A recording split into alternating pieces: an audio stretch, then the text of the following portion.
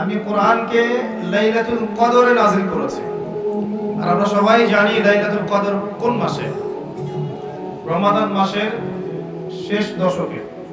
নবী সাল্লাল্লাহু আলাইহি ওয়াসাল্লাম আমাদেরকে জানাতে বের হয়েছিলেন যে এক্স্যাক্টলি কোন রাতে লাইলাতুল কদর। নবীজি লাইলাতুল কদর পেয়েছিলেন, তার কপালে কাদা মাটির দাগ ছিল, ওই রাতে বৃষ্টি হয়েছিল। লাইলাতুল কদরের রাতে বৃষ্টি হতে পারে, এর একটা আলামত। তিনি বলতে বের হয়েছেন সাহাবীদেরকে যে কবে লাইলাতুল কদর। পথিমধ্যে দেখলেন দুইজন মুসলিম আপোষে ঝগড়া করছে।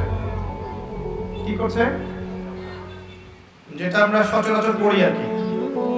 দুইজন মুসলিম আপোষে ঝগড়া করছে। নবী সাল্লাল্লাহু আলাইহি ওয়াসাল্লাম বললেন যে আমি লাইলাতুল কদর জানানোর জন্যই এসেছিলাম, কিন্তু মুসলিমদের আপোষের ঝগড়ার কারণে এই জ্ঞানটাকে আমার থেকে ভুলিয়ে দেওয়া হয়েছে।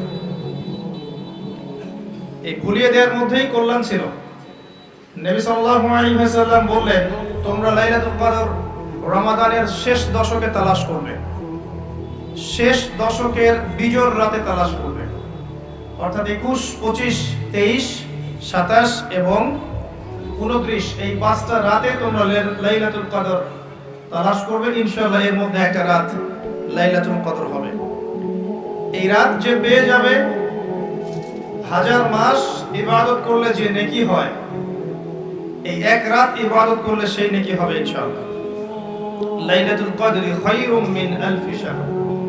এবং এই রাতে কি হয়? তানাজ্জালুল মালায়েকাতু ওয়ার রূহু ফিহা বিইذনি রাব্বিহিম মিন কুল্লি আমর। এই রাতে ফেরেশতা মণ্ডলী আসমান থেকে নেমে আসেন পৃথিবীতে, এবং তাদের সর্দার হচ্ছেন জিবরাইল আলাইহিস সালাম। কি নিয়ে নেমে আসেন? প্রত্যেকটা বিষয়ের ফয়সালা নিয়ে। অর্থাৎ এই এক বছর কি হবে আপনার সাথে, এটা লাইলাতুল কদরের মধ্যে ফিক্স করা হয়। মানুষের তাকদীর 3 দফায় লেখা হয়। কয় দফায়? প্রথম দফা হচ্ছে আসমান এবং জমিন সৃষ্টি করার 50,000 বছর আগেই আমাদের তাকদীর লেখা হয়ে গেছে। আসমান জমিন সৃষ্টি করার 50,000 বছর আগেই আপনার আমার তাকদীর লেখা হয়ে গেছে। এরপর মায়ের গর্ভে যখন সন্তানের রূহটা আসে, 4 মাস 10 দিন বয়স বাচ্চা, তখন আল্লাহর পক্ষ থেকে একজন ফেরেশতা আসেন, রূহ নিয়ে আসেন। রূহটা কি? রূহ মানে কি? সায়েন্সকে জিজ্ঞাসা করেন রূহ মানে কি, বলতে পারবে? ওয়ায়াসআলুনাকা আনির রূহ, তারা তোমাকে রূহ সম্পর্কে জিজ্ঞাসা করে। কুলির রূহু মিন আমরি রাব্বি, রূহ হচ্ছে তোমার রবের আদেশ মাত্র, আদেশ। ব্যাখ্যা করতে পারবে না, কঠিন না তরল না বায়বীয়। আল্লাহর হুকুমে এসেছে, আল্লাহর হুকুমেই চলে যাবে, কোনো কারণের দরকার নাই। আল্লাহ যদি বলেন কুন ফায়াকুন, এর নাম রূহ। তারা তোমাকে রূহ সম্পর্কে জিজ্ঞাসা করে। কুলির রূহু মিন আমরি রাব্বি, বলো যে রূহ তোমার রবের আদেশ মাত্র।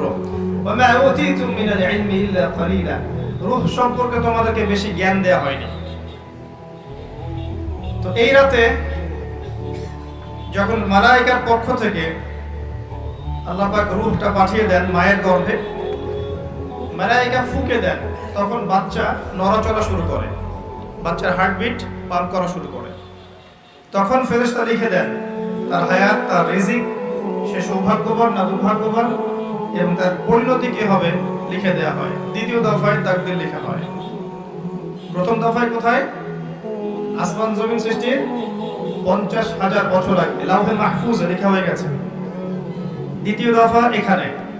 এরপর লাইলাতুল কদরে আগামী 1 বছর কোথায় কি হবে না হবে প্রত্যেকটা বিষয় ফয়সালা করা হয় লাইলাতুল কদরে, যেটা রমাদান মাসের শেষ দশকে, শেষ দশকের বিজোড় রাতে।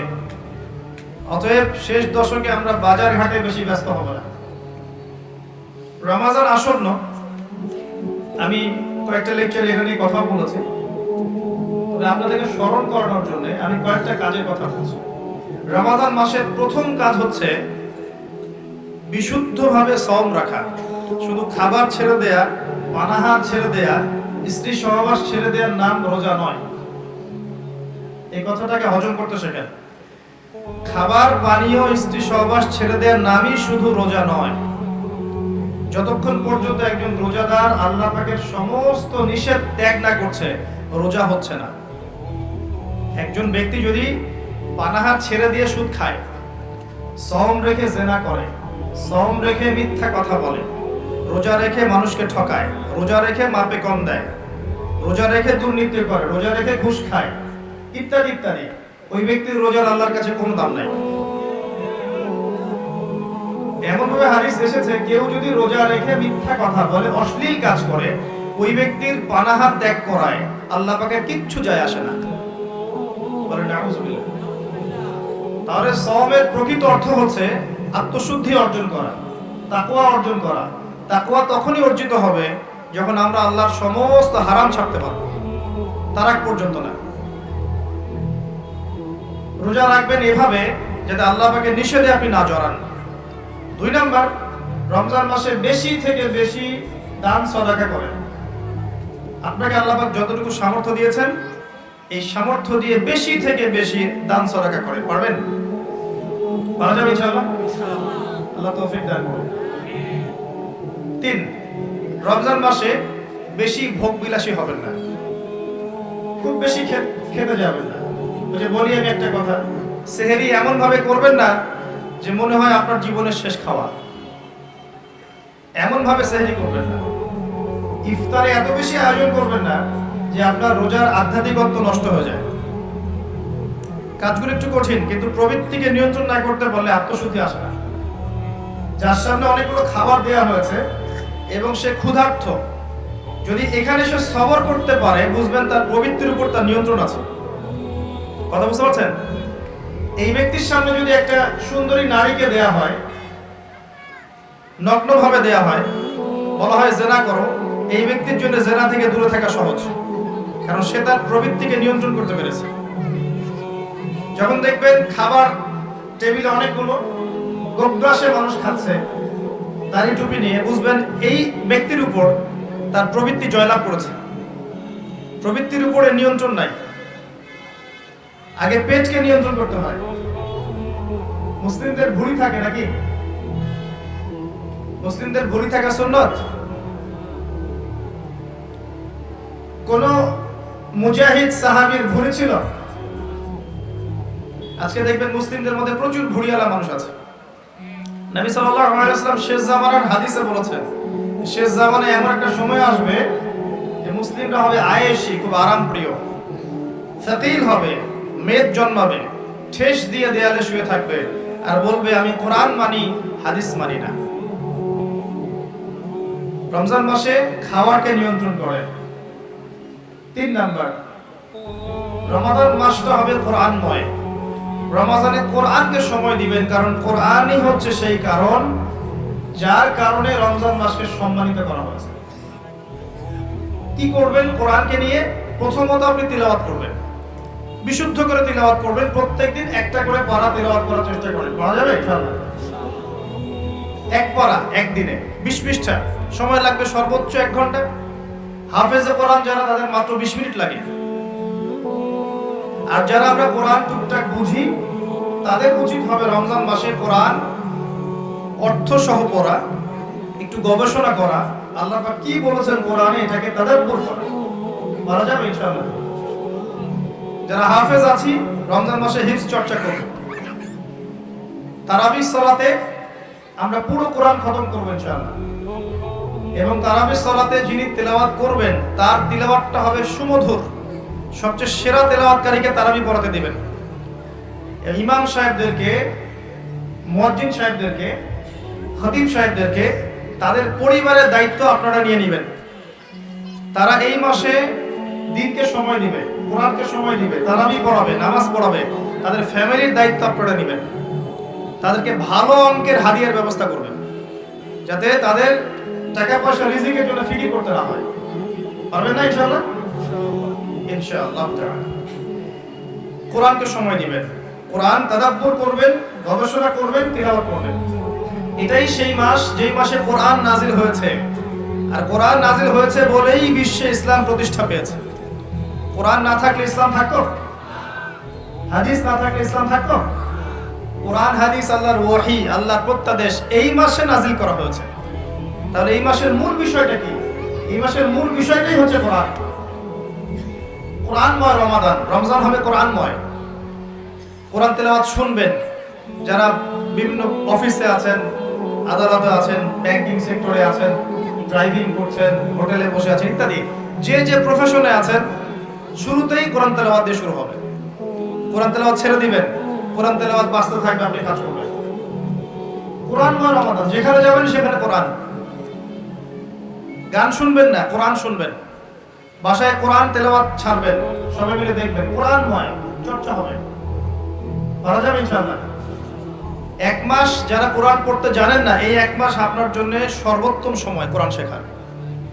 ইমাম সাহেবের কাছে যাবেন, মুয়াজ্জিন সাহেবের কাছে যাবেন, স্থানীয় আলেমের কাছে যাবেন, মাদ্রাসায় যাবেন, এক মাসের কোরআনের কোর্স করবেন।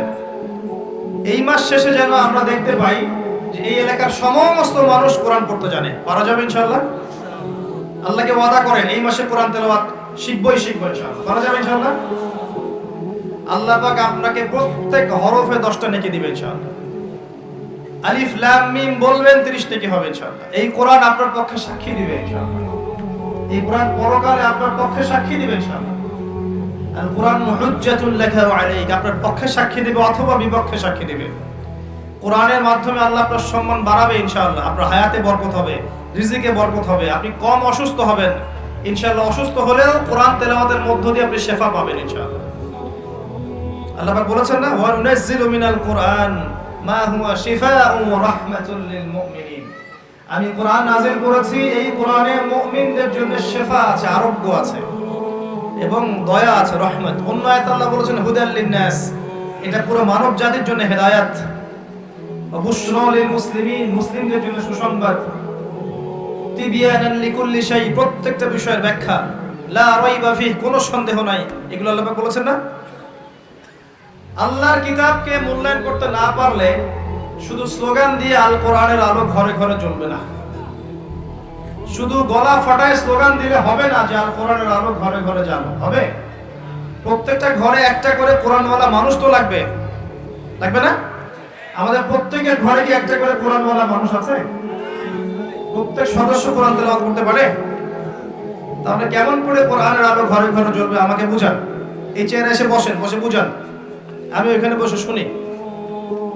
আমাকে বুঝান কিভাবে কোরআনের আলো ঘরে ঘরে জ্বলবে। কোরআন তেলাওয়াত করতে উৎসাহিত করতে হবে, তেলাওয়াত শেখাতে হবে, এর কোর্স চালু করতে হবে, ঘরে ঘরে কোরআন ঢুকাতে হবে, অমুসলিমদের ঘরেও কোরআন ঢুকাতে হবে। অমুসলিমদের ঘরে কোরআন না ঢুকালে অমুসলিমরা আপনার ঘরে অন্য গ্রন্থ ঢুকাই দিবে। আস্তে আস্তে দেখতেছেন না কি অবস্থা হচ্ছে? দিন দিন মানুষ অন্য ধর্ম অবলম্বী হয়ে যাচ্ছে। আপনাদের এলাকায় নাই? পার্বত্য এলাকায় নাই? উত্তরাঞ্চলে নাই? দেশের বিভিন্ন প্রান্তে গিয়ে দেখবেন দিন দিন মানুষ বিধর্মী হয়ে যাচ্ছে। মানব সেবার নামে, সোশ্যাল ওয়ার্কের নামে, মানবতার নামে, চাকরি দেওয়ার নামে, ঋণ দেওয়ার নামে, এসবের নামে মানুষকে ধর্মান্তরিত করা হচ্ছে। আর মুসলিমরা দিন দিন হয়ে যাচ্ছে খ্রিস্টান হচ্ছে, কেউ বুদ্ধিস্ট হচ্ছে, কেউ অন্য ধর্ম হচ্ছে, কেউ শিয়া হচ্ছে, কেউ কাদিয়ানি হচ্ছে, দিন দিন হচ্ছে এগুলো হতে হতে দেখবেন এমন একটা সময় আসবে যে আমরা ওই ইখতিলাফি বিষয় নিয়ে মারামারি কাটাকাটি করতে থাকবো, ওরা দেখবেন যে পুরো জায়গা দখল করে ফেলেছে। জানি না কবে আমাদের বোধোদয় হবে, কবে আমরা বুঝবো যে আমাদের মূল জিনিসটা হচ্ছে ইসলাম, কোরআন, সুন্নাহ, জামাআহ এবং ঐক্য। ইসলাম না থাকলে আমরাও টিকবো না। যখন ইসলাম থাকবে না তখন আমরাও টিকতে পারবো না। ইসলাম আছে বলেই আমরা টিকে আছি। আর আমরা যদি আল্লাহর পক্ষ থেকে যে দায়িত্ব আমাদেরকে দেওয়া হয়েছে দ্বীনের রক্ষণাবেক্ষণ, এটার দায়িত্ব আমরা পালন না করি, আল্লাহ পাক অন্য জাতিকে এই জায়গায় নিয়ে আসবেন, আমাদেরকে সরিয়ে দিবেন। এটা কি ঠাট্টা মশকরা মনে করছেন? আল্লাহ পাক কোরআনে বলেছেন ওয়া ইন তাতাওয়াল্লাউ, সূরা মুহাম্মদ পড়ে দেখেন, ওয়া ইন তাতাওয়াল্লাউ, তোমরা যদি মুখ ফিরিয়ে নাও, ইস্তাবদিল কওমান গায়রাকুম, আল্লাহ পাক অন্য কওমকে তোমাদের জায়গায় নিয়ে আসবেন। সুম্মা লা ইয়াকুনু আমসালাকুম, তারা তোমাদের মতো অপদার্থ হবে না। আল্লাহ পাক আমাদেরকে বোঝার তৌফিক দান করুন। আসলে ভাই লম্বা চওড়া আলোচনা করে লাভ নাই, মূল কথা কিন্তু খুব অল্প। মূল কথাটুকু যদি আপনারা বুঝতে পারেন, আমি বুঝাতে পারি, বলবো যে আজকের মাহফিল সফল। আমরা দোয়া করি আজকের মাহফিল যারা অ্যারেঞ্জ করেছে, শ্রম দিয়েছে, অর্থ দিয়েছে, মেধা দিয়েছে, প্রশাসনিক সহযোগিতা দিয়েছে, সার্বিকভাবে সহযোগিতা করেছে, আল্লাহ পাক সবার নেক হায়াত হালাল রিজিক আল্লাহ পাক বৃদ্ধি করুন, আমিন। কোরআনময় রমাদান হবে, রমজানটা হবে কোরআনময়। খালি কোরআন নিয়ে পড়ে থাকবেন, হাদিস পড়বেন, তালিম করবেন, মসজিদে নামাজের পরে হাদিসের চর্চা হবে, আসর থেকে মাগরিব পর্যন্ত ইমাম সাহেব একটা বিষয়ের উপর দার্স দেবে, একসাথে ইফতার করবেন, একটা ইসলামী সংস্কৃতি বিরাজ করবে। আমলের মৌসুম, গুনাহ মাফ করানোর একটা মৌসুম। সেই ব্যক্তির জন্য ধ্বংস যে ব্যক্তি রমজান মাসকে পেয়েছে কিন্তু তার গুনাহ মাফ করাতে পারলো না। সেই ব্যক্তির জন্য ধ্বংস, এই দোয়া করেছেন নবী সাল্লাল্লাহু আলাইহি ওয়াসাল্লাম, বদদোয়া করেছেন। সেই ব্যক্তির জন্য ধ্বংস যে রমজান মাসকে পেয়েছে কিন্তু রমজান মাসকে পেয়েও তার গুনাহগুলো মাফ করতে পারলো না। কারণ আমরা তো জানি না আমাদের গুনাহগুলো কত। যে গুনাহগুলো আমরা জানি সেগুলোকে মাথায় নিতে হবে, এই গুনাহ আমি করেছি জীবনে। সেই গুনাহগুলোকে আল্লাহর কাছে নাম ধরে ধরে বলে ক্ষমা চাইতে হবে। আল্লাহ, আমি অমুক দিন মাদক সেবন করেছিলাম, আল্লাহ আমাকে মাফ করে দাও। আল্লাহ, আমি অমুক দিন বন্ধুদের পাল্লায় পড়ে অন্যায় করেছি, আমাকে মাফ করে দাও। আল্লাহ, আমি অমুক দিন সুদ খেয়েছি, আমাকে মাফ করে দাও। যেগুলো মনে পড়ে সেগুলো আল্লাহকে বলতে হবে, বলে বলে মাফ নিতে হবে। আর যদি মানুষের সাথে জড়িত ব্যাপার হয়, আল্লাহ, আমি অমুকের রিলিফের মাল আত্মসাৎ করেছি, ফেরত দেইনি, আল্লাহ আমাকে মাফ করো, আমাকে সেই মাল ফেরত দেওয়ার তৌফিক দাও। আল্লাহ, আমি অমুকের জমি আত্মসাৎ করেছিলাম, আল্লাহ আমাকে ওই জমি ফেরত দেওয়ার তৌফিক দাও। আল্লাহ, আমি অমুককে গালি দিয়েছি, অমুককে গীবত করেছি, অমুককে জুলুম করেছি, আল্লাহ যার যার হক তাকে তাকে ফিরায় দেওয়ার তৌফিক আমাকে দাও। পবিত্র অবস্থায় আমাকে পরকালে উঠাও, এরকম করে দোয়া করতে হবে। মানুষের সাথে জড়িত হক আল্লাহর কাছে মাফ হবে না। কাবা ঘরের গেলাফ ধরে কানলেও মানুষের সাথে জড়িত হক ক্ষমা হয় না, এটা মানুষের কাছেই ক্ষমা নিতে হয়।